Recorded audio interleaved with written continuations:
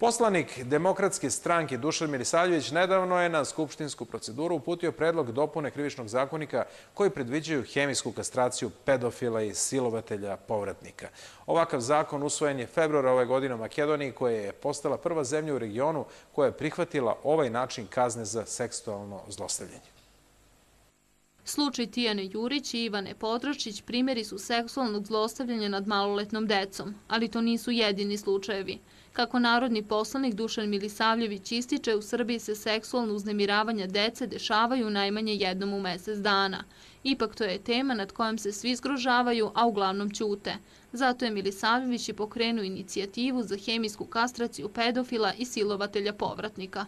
Ovo nije nikakvo njihovo sankcionisanje, ovo je njihovo lečenje, zato što ja predlažem u predlogu zakona da se uvede obavezan psihijatrijski tretman jer je problem u glavi, psihijatrijski tretman i androgene blokade, to je takozvana medicinska kastracija ili medicinski suprimiranje njihovog nivoa testosterona i onemogućavanje da počine isto krivično delo.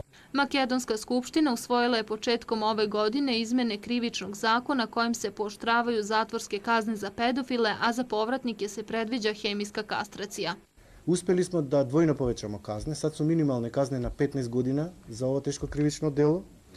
Čak Krivični zakon dozvoljava da sudi po članu 188 doživotno kazni pedofil ako to krivično delo napravi na posebno grozomoran način, iako je život u opasnosti deteta doveden u pitanje.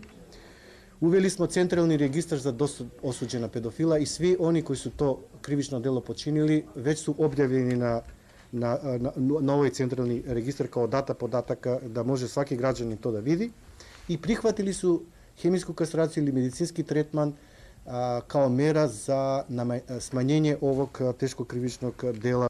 Ono što u Makedoniji nije prihvaćeno je obavezno korišćenje GPS alki uz pomoć koje bi policija mogla da prati svaki korak pedofila i silovatelja koji su pušteni iz zatvora kako ne bi ponovo počinili isto delo.